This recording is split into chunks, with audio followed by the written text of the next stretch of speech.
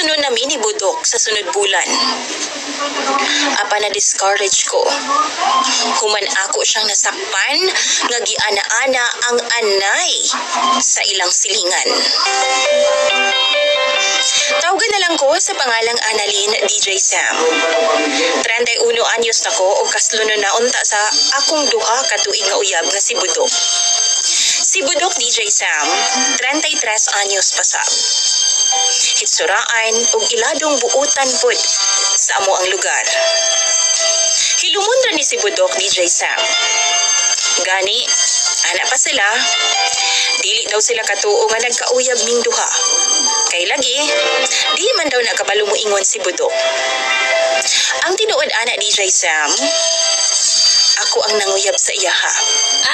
Kay dihang nakita na ko siya nga nagatambay sa tindahan sa akong iyaan. As in, nahumaling jud ko niya DJ Sam. Happy pud ko kay dihang nag-confess ko sa akong gibati ngadto kaniya. Nitubag siya nga same daw ang among pagbati. Dugay ra po daw siya nga nagkagusto sa ako apan kana laging nahadlok daw siya nga moduol na ako kay isnabera daw ko. Ug tan-aw niya malditahon daw ko. Sulod sa duha ka tuig nga mga relasyon ni Budok DJ Sam, palipayon ko. Kay ginahatag niya ako mga luho. Na nag-iya og kuprasan sila si Budok DJ Sam ug siya na lang ang gitahasan sa iyang mga ginikanan nga muani-ani. Iyang duha ka igsuon man gud parehas nga nakabana og foreigner. Mo nang wa na kaayo sila galabot sa income ni Budok.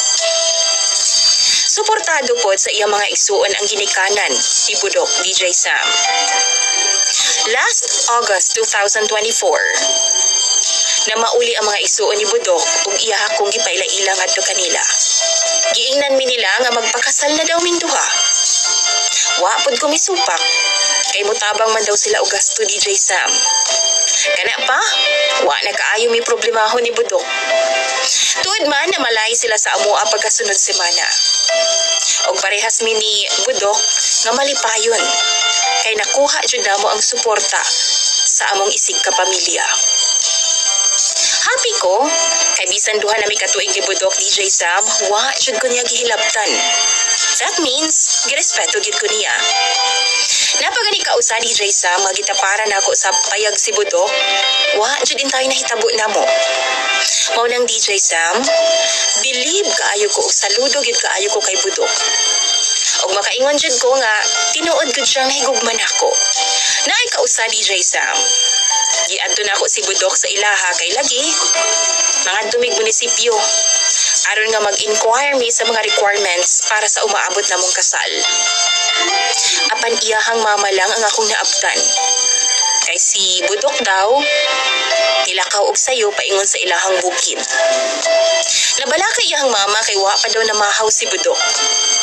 Mautong nangayo kong kanon og sudan sa iyahang mama DJ Sam og gisulod na ako sa baunan kay apaso na ako si Budok og dadaan na lang na akong pamahaw. 20 minutos nga nagbaktas pud ko paingon sa ilahang bukid DJ Sam. Og wa ko makatuo sa akong nakita. Nakita mismo sa akong duha ka mga mata nga gitira niya ang baboy sa ilang silingan. Grabe. Grabe gid yang sakyot-sakyot sa likod sa anay DJ Sam. Samantalang si Budok daw gibayaw sa langit sa kalami siguro. May paah-ah-ah pa. Mura kong nawad-an og panimuot. Diyang gilantaw na ako siya DJ Sam. Nakita pa na ako nga gibaatan niya ang anay. Aron nga dili siguro magsaba. DJ Sam, wa ko makaantos nga magtan-aw. Ug wa na ko mulahos pa niya. Mibali ko sa akong agi DJ Sam ug ambot ba? Wa ko makasabot sa akong gibati. Niluog kaayo ang binuhatan ni Budok. Ug daw dili na ko madawat ang tanan. Giluod ko. Tulo ka adlaw na ako nga wa gikontak siya DJ Sam. Ug giingnan na lang nako si mama nga wa ko sabay kay do na may seminar kabahin sa trabaho. DJ Sam, naglibog jud ko. Kung human sa akong nasuta kabahin kay Budok. Ipadayon pa bagihapon nako ang kasal namong duha. Kay murag lain naman jud kaayo nga akong paminaw. Dili pod ko gusto nga maatubang kang budok DJ Sam, kay di pa ko andam. Unsa bay angay na kong buhaton?